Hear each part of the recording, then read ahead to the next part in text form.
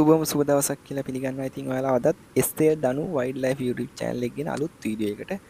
ඉතින් අද මම ගෙනහලා තියෙන්නේ වීඩියෝ එකේ ඉන්නේ අලු කෑදැත්ත. අලු කෑදැත්ත කියන්නේ අපි සාමාන්‍යයෙන් නිරන්තර දකින කෑදැත්ත විශේෂයක්. ඉතින් මෙයා ගැන කතා කරොත් මෙයා ගොඩක් වෙලාවට වියලි කලාපයේ වගේම තෙත් කලාපයේ පහත් රට ප්‍රදේශවල සහ කඳුකරේ මධ්‍යම උස් මට්ටම් සහිත ප්‍රදේශවල අපිට ගොඩක් වෙලාවට දකින්න පුළුවන්.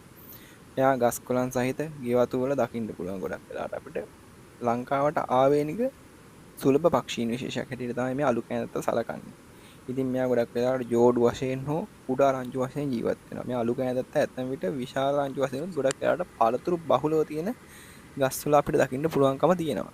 ඉතින් මෙයා ගොඩක් වෙලාවට කුඩා ගෙඩි වර්ග, කටුස්සන්, ගෙම්බන් සහ කුමීන් වගේ දේවල් තමයි ආහාරයට ගන්න. මේ පක්ෂියා අප්‍රේල් සිට අගෝස්තු දක්වා කාල සීමාව තුළ තමයි අභිජනනය යෙදෙන්නේ. මෙයා විශාල ගසක සාමාන්‍ය උස ප්‍රමාණයක් බෙන සාදල ඉවරලා ඒව තුළ තමයි බිත්තර දමන්නේ. ඉතින් මේ අලු කෑදැත්ත ගැන මීට වැඩිය විස්තර ඔයාලා දන්නවා නම් පහලින් කමෙන්ට් කරන්න. වීඩියෝ එක හොඳ නම් බලන්න තව කෙනෙක්ට ෂෙයා කරන්න. ඒ වගේම channel එකත් subscribe කරලා අපිත් එකතු වෙන්න කියලා මතක් කරනවා. ඉතින් එහෙනම් අදට ගිහින් එන්න අලුත් වීඩියෝ එකකින් ආයෙ හමු වෙමු. සියලු දෙනාටම සුබ දවසක්.